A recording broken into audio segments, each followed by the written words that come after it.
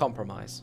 It's something every single VR headset owner has had to deal with. Despite every company's prior efforts, they've always felt lackluster in one way or another. Maybe it's a low resolution, a low refresh rate, or just general uncomfort. For once, Meta has finally got this right.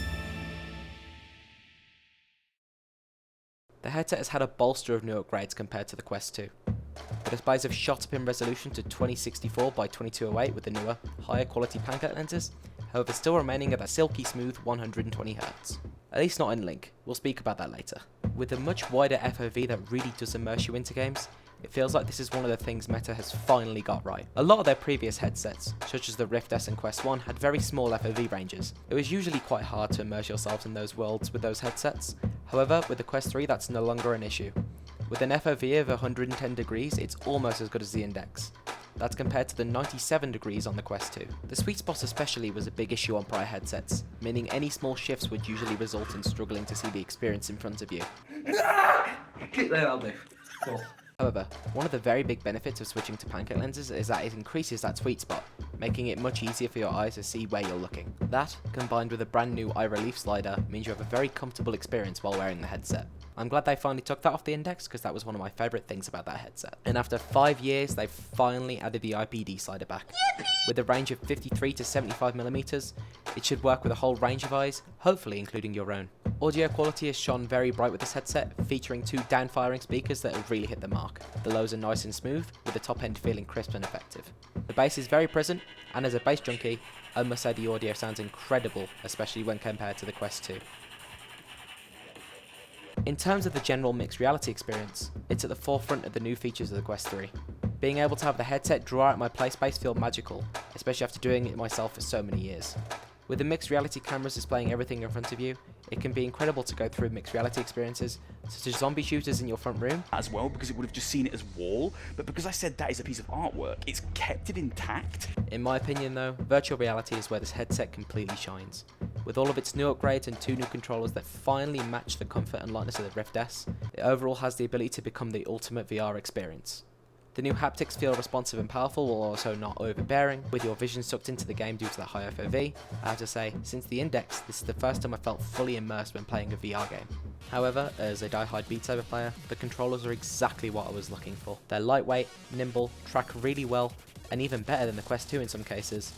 It even features a strap on your hand to hold the controller, although that does cost an extra $40, but I'd say it's a well worth investment. As well as that, it has unlimited rotation of your hand, making there no limit on the grip or control style you use. At 124 grams as well, this thing will be genuinely unbeatable, especially at high speed. However, as great as this headset is, there are still a few drawbacks. For one, as good as the lenses are, there is still a lot of chromic aberration present on the edges of the lenses, which is one of the small drawbacks of using Pancake lenses, and it does dampen the excellent quality of the display otherwise. And as amazing as the audio quality is, due to the fact that it is very loud and very hearable outside the headset, it's basically your own speaker. If you're like me and play some wacky songs in Beat Saber,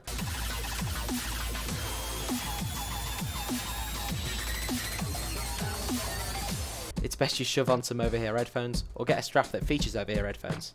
However, as of now, there are none that I can find on the market. The comfort of the headset also has its drawbacks, with the default strap I found in experience getting really hard to line up on your head, and it does require a little bit more adjustment than other headsets due to the straps being used on the back of the headset. As it is the first mass market mixed reality product, the mixed reality functions do have a small set of issues. The quality on the headset isn't exactly lifelike, and you also get a bit of a smudge effect thanks to the ASW smoothing that they use. It does it to try and balance the lenses, however I find it more distracting than actually useful. And as incredible as the VR experience is, it does struggle in some areas. With the headset still using Link to connect to PCs, a lot of the issues that plagued the last headsets using the Oculus PC application still exist. The most common of these issues is the 3-dot issue, where you can never escape it unless you get out of the headset and then restart it again and again. As well as this, for some reason 120Hz is missing from the Link refresh rate options. This is especially odd, since 120 on Link was a feature through the Quest 2. Battery life isn't exactly great on the headset, with it only having around 3 hours of playtime in my experience, including over Link, as it no longer charges over Link. However, I must say the controller battery life is absolutely phenomenal. It's about phenomenal? Literally just because of how long it lasts. I played about 5 hours yesterday and it was still at 90%.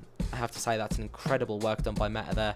Honestly, I can't thank them enough because it saves so many batteries. However, as a primary Beat Saber player first, I do also have feedback with how it plays in Beat Saber. With the free movement you get off the controller, it really does feel like this is going to be the headset to destroy other headsets. Every headset before this in one way or another has had to compromise within the game. Whether that be the CV1 with its tracking, the Index with its weight, or the Rift S with the lack of wrist movement. These controllers, even without the strap, feel genuinely perfect for the game. Any kind of angle it sees is as soundly smooth and crisp from one block to the other, with that well-known swing bug ever so present with it being Quest over Link. Especially at 72Hz. I was trying to get it to underswing and it was a genuine challenge. But obviously you tried that off with accuracy.